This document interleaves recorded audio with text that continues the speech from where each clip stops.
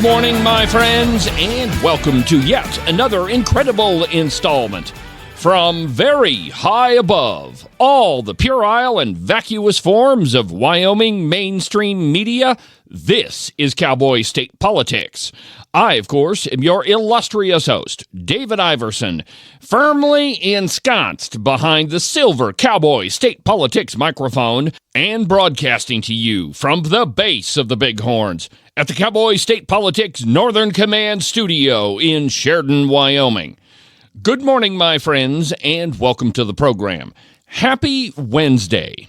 Since we last spoke on Monday, there's been quite a few things that have been happening politically in the Cowboy State. Yesterday, I took part in a debate sponsored by the Republican Women of Sheridan County. The debate was over Convention of States. It was John Birch Society's Leah Southwell and myself, of course, opposing any ridiculous Convention of States on the one side, and on the other, Senator Bo Beitman and Dana Prater from Convention of States Action. While I didn't count how many people were in attendance, the room was filled at the Ramada Inn in Sheridan. At the risk of being a tad immodest, which of course I would never do, we laid the smackdown on them. On Saturday's program, I'll play the entire debate for you so you can listen to it for yourself. I actually quite enjoyed the format. Here's how it went. Each side had a 10-minute opening statement. Ours was delivered by Leah Southwell. That was followed by 30 minutes or so of questions from the crowd. Somebody from the crowd would ask a question, and then each side would have 2 minutes to answer. After that, each side got a 3-minute summation period. I want to personally thank Senator Bo Beitman. It was a very cordial debate. In fact, I don't think that it could have gone any better than it did. The crowd was into it the whole way through, and at the end, we all shook hands. So like I said, Saturday I'll play the whole debate for you. I'm pretty sure that you'll enjoy it. On Monday's program, I played for you the speech given by Couy Griffin, a convicted January 6th trespasser. Notice I said trespasser, not insurrectionist, because he hasn't been convicted of insurrection. We'll get to that a little bit later in the program. But on Monday's show, I played you his comments in their entirety, unedited, no breaks in between, the whole thing all the way through so you could hear exactly what he said. On today's program, we're going to do just a couple of things. First, I want to take a look at some of the comments that Couy Griffin had in Gillette last Saturday. Look at them in detail. And secondly, we're going to take a look at the one article that was posted about the event. None other than Trotsky Wolfson at the Cow Pie. You would think that when one of the most prominent people that was prosecuted for the events of January 6th visits Wyoming, that would merit a bigger response than one solitary article. I use the word prominent in quotation marks because most people have no idea who Couy Griffin is. But at the time, right after January 6th, Couy Griffin was almost front page news for several outlets across the country. He was one of the very first people that was prosecuted for the events of January 6th. Now, let's talk about that for just a second. Newspapers and the media like to say that all of those people that have been convicted for their involvement in January 6th are convicted insurrectionists. Insurrection is a crime that is listed in the United States Code. It is 18 U.S. Code 2383, rebellion or insurrection. And I quote, "Whoever incites, sets on foot, assists, or engages in any rebellion or insurrection against the authority of the United States or the laws thereof, or gives aid or comfort thereto, shall be fined under this title or imprisoned not more than 10 years or both, and shall be incapable of holding any office under the United States." End quote. It's a crime, and to be guilty of it, you have to be charged and convicted. Neither of those things happened to Couy Griffin, nor to many of the people who have been charged for various offenses concerning January 6th. But that hasn't stopped the media from claiming that all of them have been convicted of insurrection. So let's just be very clear about the language we're using here, because words mean things. 2 plus 2 is 4, not 5 if you want it to be 5. And this is not to be discriminatory. This is to stand up for language. Words mean things. The headline for a December 21st article written by Trotsky Wolfson reads, Campbell County GOP to host convicted January 6th protester as a guest speaker. Couy Griffin has not been convicted of protesting, nor has anyone else in the United States. Protesting is not a crime. He was convicted of trespassing on restricted grounds, a misdemeanor. For that, he spent 3 weeks in a D.C. jail, 9 days of which was in solitary confinement. Trotsky writes in his December 21st article, quote, Griffin was a New Mexico County Commissioner at the time he attended the January 6th event, where he climbed over barriers and walls to gain access to a restricted area of the grounds. End quote. Since Saturday, I have spent hours on the internet looking for evidence that Couy Griffin committed a crime. The only picture I found was one of him appearing to climb up what seems to be some sort of bicycle-type barrier. Other than that, there's no evidence that Couy Griffin climbed over a wall or pushed his way through a crowd or anything like that. There is that one picture. The second part of that paragraph reads, quote, Later that month, during a county commissioner meeting, Griffin announced that he would go back to Washington, D.C. with firearms for President Joe Biden's inauguration. When he did just that, he was arrested and charged with trespassing and disorderly conduct. End quote. The way that Trotsky wrote that, it leads you to believe that his arrest had something to do with firearms. It didn't. Here's what Couy Griffin said on January 14th of 2021 during that Otero County, New Mexico County Commissioner meeting. Again, I think I'm going to leave either tonight or tomorrow. I've got a .357 Henry big boy rifle, lever action that I've got in the trunk of my car, and I've got a .357 single action revolver, that Colt Ruger Vaquero, that I'll have underneath the front seat on my right side. And I will embrace my Second Amendment. I will keep my right to bear arms. My vehicle is an extension of my home in regards to the constitutional law, and I have a right to have those firearms in my car because... I'm glad he stopped short of reading off the serial numbers on his guns. With respect to the timeline, those comments were made on January 14th, 8 days after the events of January 6th. Notice in those comments, he doesn't make any threats. He said he's going to take his guns with him to Washington, D.C., and they're going to stay in his car. But I really don't think that that was the smartest thing to say. When you say words like inauguration and firearms, there's a pretty good likelihood that you might get a visit from the Alphabet Gang. This is akin to the dumb idea of saying the word bomb when you're standing inside of an airport. It's kind of dumb, but that doesn't mean that it's a crime in any way. Legally, that didn't have anything to do with the crime he was charged and convicted of. However, it may have put him even more on the radar than he was before. On the morning of January 6th, I was sitting at the original Cowboy State Politics studio watching everything unfold on Fox News, and the camera did pick up Couy Griffin standing on the terrace with a bullhorn. I specifically remember that whomever was on the air pointed out that Couy Griffin was praying through that bullhorn. Being the co-founder of Cowboys for Trump, Couy Griffin was kind of a public figure. He is one of the guys that rode a horse through Washington, D.C. when Trump was inaugurated.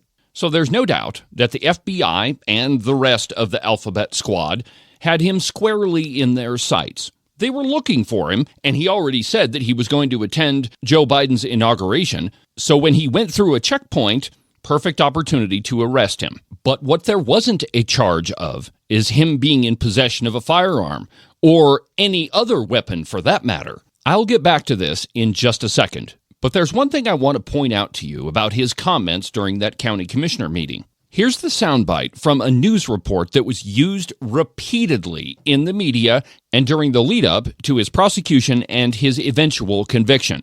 Listen carefully to it. Pay no attention to the dramatic music that was added by, whichever media outlet put this thing together. Just listen closely to it. I'm going to go back to Washington, D.C. I'm going to be there on January 20th. I've got a 357 Henry big boy rifle, lever action, that I've got in the trunk of my car, and I've got a 357 single action revolver, the Colt Ruger Vaquero, that I'll have underneath the front seat on my right side. And I will embrace my Second Amendment. Oh, sounds pretty ominous, doesn't it? Here's the original recording that I made from that county commissioner meeting. This is one that we cannot, the American people who still believe in freedom, that's the reason why this is one that we just cannot lose. If we lose, we'll never have another fair election. And if we lose, the liberals will have us in masks. Anytime they want to say mask, everybody will just be in one. And it will be the America that we move forward in. So again, I think I'm going to leave either tonight or tomorrow. I've got a 357 Henry big boy rifle, lever action, that I've got in the trunk of my car. And I've got a 357 single action revolver, the Colt Ruger Vaquero, that I'll have underneath the front seat on my right side. And I will embrace my Second Amendment. I will keep my right to bear arms. My vehicle is an extension of my home in regards to the constitutional law, and I have a right to have those firearms in my car, because as everybody here that works in the county, I can see it on your faces, and it breaks my heart how tired you are from the harassment. Notice the difference? Let me play the first soundbite for you again. I'm going to go back to Washington, D.C. I'm going to be there on January 20th. I've got a 357 Henry big boy rifle, lever action, that I've got in the trunk of my car. And I've got a 357 single action revolver, the Colt Ruger Vaquero, that I'll have underneath the front seat on my right side. And I will embrace my Second Amendment.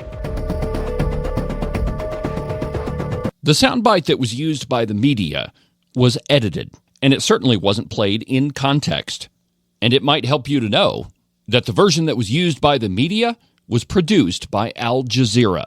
There's a link at cowboystatepolitics.com to the YouTube video, and if you scroll down, you can see they're the ones that edited the video and then put it out for all to see. Al Jazeera, as in the mouthpiece of Al-Qaeda.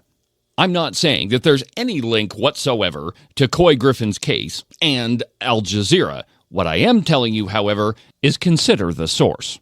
We'll get back to the program in just a second, but first, an absolutely outrageous profit timeout.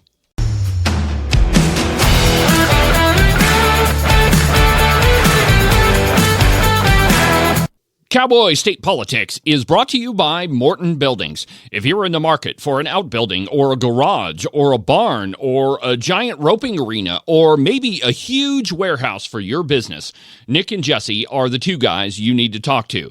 Call them at 307-674-2532. They are the experts in metal building construction. They've been doing it longer than anybody else around, and they definitely do a much better job than anybody else.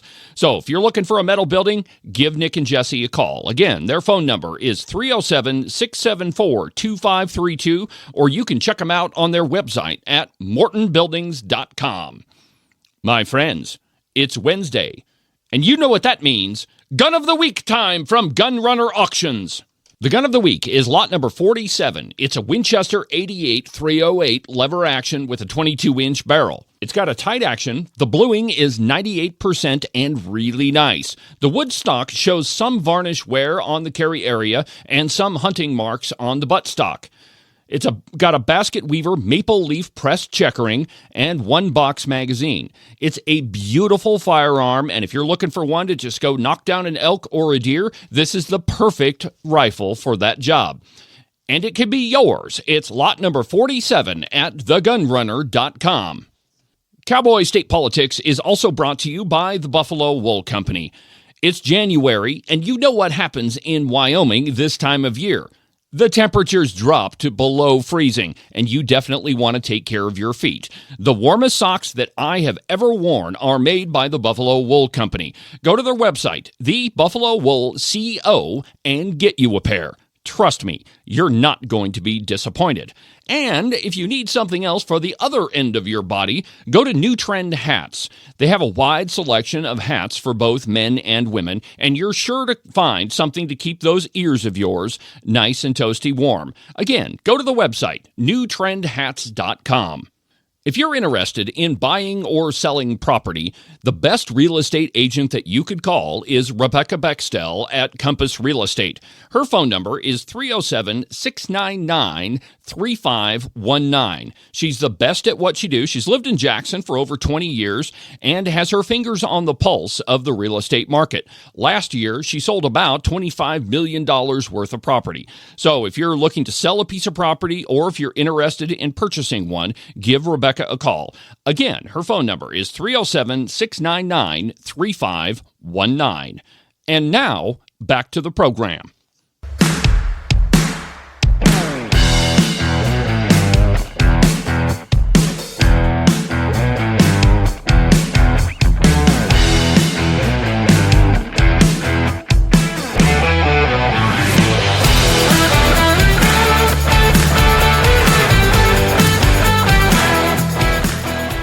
Back to Mr. Griffin's arrest for just a second. I already pointed out that he wasn't charged with carrying any sort of weapon. If he had been, he'd still be in jail. The truth is, he didn't even have a pocket knife on him when they arrested him at the inauguration.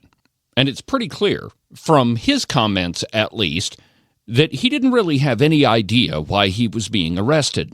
Before I play this next soundbite for you, it's human nature to portray ourselves in the best possible light. As my friend Ken Pendergraft is fond of saying, is we tend to judge ourselves by our intentions, and we judge everybody else by their actions. On that point, here's what he said in Gillette. Whenever the FBI arrested me on January the 17th and they were putting handcuffs on me, and I turned to one of those FBI agents and I said, "What am I getting arrested for?" He said, "You have a warrant." And I promise you, whenever he told me that I had a warrant, I looked at him and I went, "Is this for an unpaid ticket out of New Jersey?" Because that's like the only thing I could think about, because I got a ticket in New Jersey that wasn't there, and anyways, I thought, well, maybe that's why. But no, it was because of my participation on January the 6th. Only based upon what Mr. Griffin said in Gillette, he clearly didn't know that there was any reason to arrest him whatsoever. He went on to say that nobody told him it was a restricted area and that he hadn't seen any signs indicating as such, and there was no way that he would have known that he was on restrictive grounds. Here's that segment. I never was one time on that day told that I couldn't be where I was at. I never saw a sign that said "stay out." I never saw anything of the sort, and I promise before you right now, I did not know that was a restricted area. Being absolutely fair as I possibly can be, maybe the reason he didn't know it was a restricted area is all of the barriers had already been knocked down. He clearly said in his comments that there were hundreds of thousands, perhaps millions of people on the Capitol grounds. So it would be pretty hard to determine what was restricted and what wasn't. But there's that one picture of Couy Griffin standing on what appears to be a bicycle barrier. That's the one that's been flashed all over the media and was used to say that Couy Griffin knew where he was and knew what he was doing. I'll make sure that that picture is on the website as well so that you can look at it for yourself. Mr. Griffin is appealing that conviction, so we won't know for a while as to whether or not that issue has been resolved. And at the very least, he seemed pretty convinced that he didn't think he did anything wrong. After the event, I had a chance to speak with Mr. Griffin for a few moments. Now, unfortunately, I didn't get the conversation recorded. But when I asked him if he had said that he was taking firearms back with him to Washington, D.C., his exact words to me were, "Well, I released a Facebook video of that, and I said that we could have a Second Amendment rally on the Capitol steps." There is the video from the county commissioners meeting, which he very clearly says that he's taking 2 of his firearms with him back to the inauguration. So there's no point in denying that. I was able to find part of the video that I think he was referring to during our conversation. There are some potentially problematic comments in it. Here's that audio. We could have a Second Amendment rally on those same steps that we had that rally yesterday. You know, and if we do, then it's going to be a sad day because there's going to be blood running out of that building.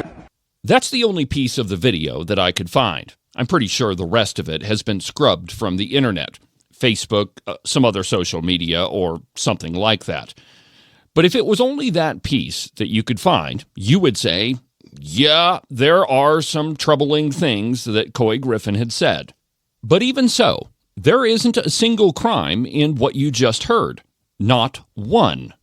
But nonetheless, that soundbite was used at President Trump's second impeachment hearing.